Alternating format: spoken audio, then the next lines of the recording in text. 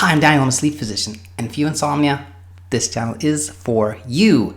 In this episode, we're going to see how Sheadon went from having very broken sleeps, estimating sleeping about 4 hours per night, to having 10 days of really good sleep.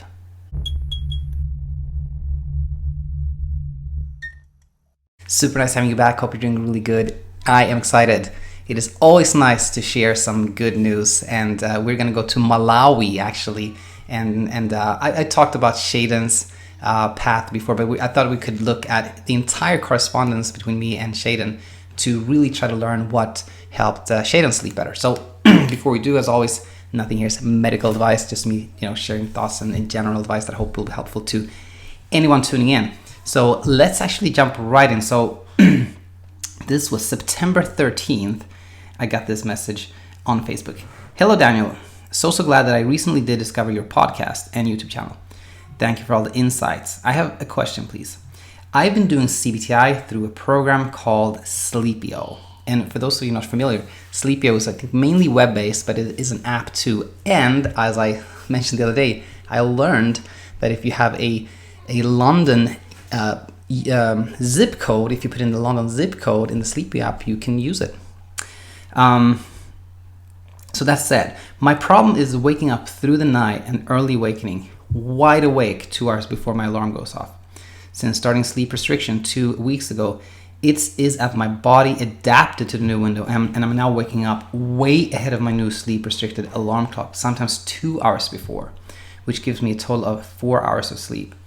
I currently live in Malawi in a studio bedroom, so when I'm awake, I can't really get out of my bedroom because my entire house is a bedroom, and I can't leave my bed without getting eaten by mosquitoes that carry malaria. My question is it normal for sleep to get significantly worse before it gets better? And what do you recommend me to do if I'm unable to leave the bedroom and bed if I'm awake? So I made a reply to that in one of the podcast episodes here, and focused on two things, if I remember correctly.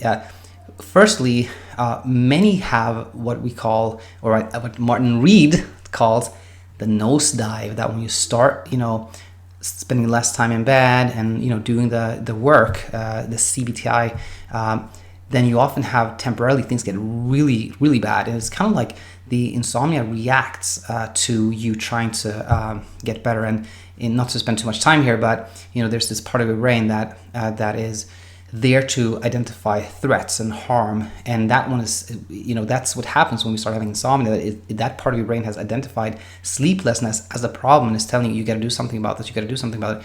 And when you do CBTI, when you do kind of the opposite of what your brain tells you to, like spending less time in bed, not think about sleep, not reacting, it kind of gets really ramped up and says, no, you have to do all these things. So there's often that nosedive first before things get better. So I think I shared that, and I definitely know I shared this with Sheadon, that if you wake up and you can't leave your bedroom, for example, or if you don't want to, you don't have to. You can stay in bed as long as you're not frustrated. If you can just think about something pleasant or even do something in bed that kind of distracts you, totally fine. So Sheadon listened to that episode, and on September 17th, so 4 days later, Sheadon replied the following: "Good news! I've slept 4 days in a row. I've slept good 4 days in a row. After I messaged you my question on Saturday, I watched your latest video and something clicked for me. It was about switching your attitude from stressing over sleep to simply just not caring about sleep. Saturday night, I woke up like I always do around 2:30 a.m. I would usually go into spiral thinking, has it been 10 minutes yet? Should I get out of bed? What about mosquitoes? Should I read? Watch a show? How much longer will it be up? But instead, I took your advice and stayed in bed and thought, who cares if I sleep or not? I don't, and fell back asleep within 20 minutes instead of the usual 1 to 2 hours. And that's how it's been for the last 4 nights. And the advice you gave me on your last episode relieved me so much stress, because I was so concerned about following every single detail of the program, of Sleepio, that is. Last night when I woke up, I said to myself, I don't care if I fall asleep. And Dr. Daniel said, I can just stay in bed anyways.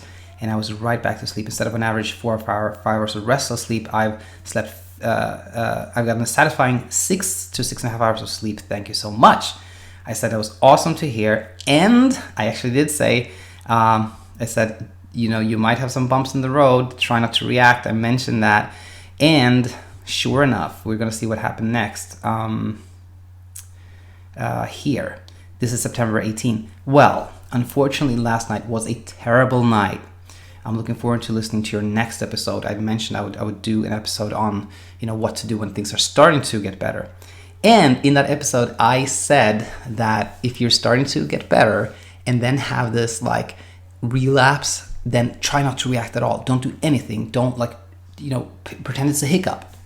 And then Sheadon said, I just finished your last episode. I will do absolutely nothing. Great advice, because it's 5:50 a.m. here and I was just about to go into another worry spiral of finding the antidote that usually lasts throughout my day.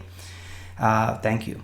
And then it was a pause here, and then Sunday, so 3 days ago, here is the really nice message here from Sheadon. I have some extremely good news. The last time I spoke to you was 10 days ago when I had a night of bad sleep after a few days of good sleep. The last 10 days, I've had over 7 hours of sleep except for 2 days, which they were 6 hours and 45 minutes.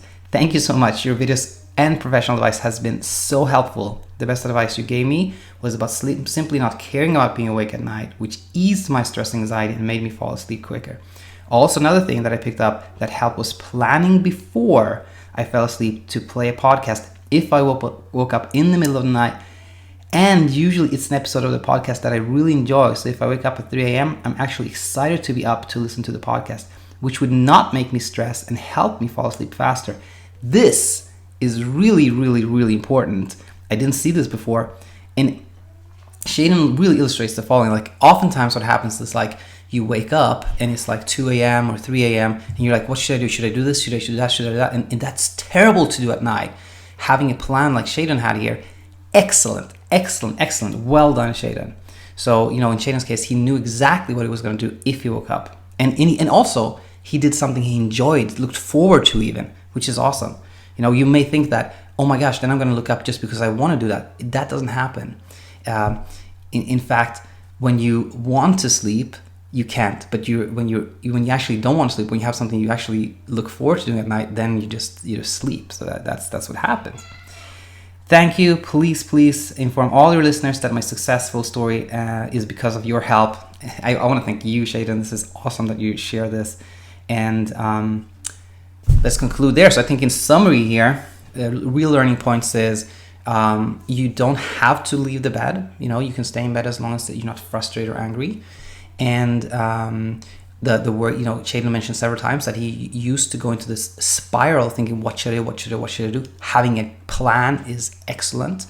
And also doing something as much as possible. I know this is super hard, but if you can have a plan for something that you actually enjoy doing, listening to a podcast, even watching a show or reading a book or whatever it is, really, really good. So hope that, y'all learned something from Sheadon's story here, and I will be back tomorrow. By the way, if you have any questions, I think I just have 2 questions that I'm going to answer tomorrow in this podcast episode. So if you have any questions, please post a comment or send an email, daniel@insomniainsight.co, and look forward to having you back here tomorrow. Until then, bye-bye.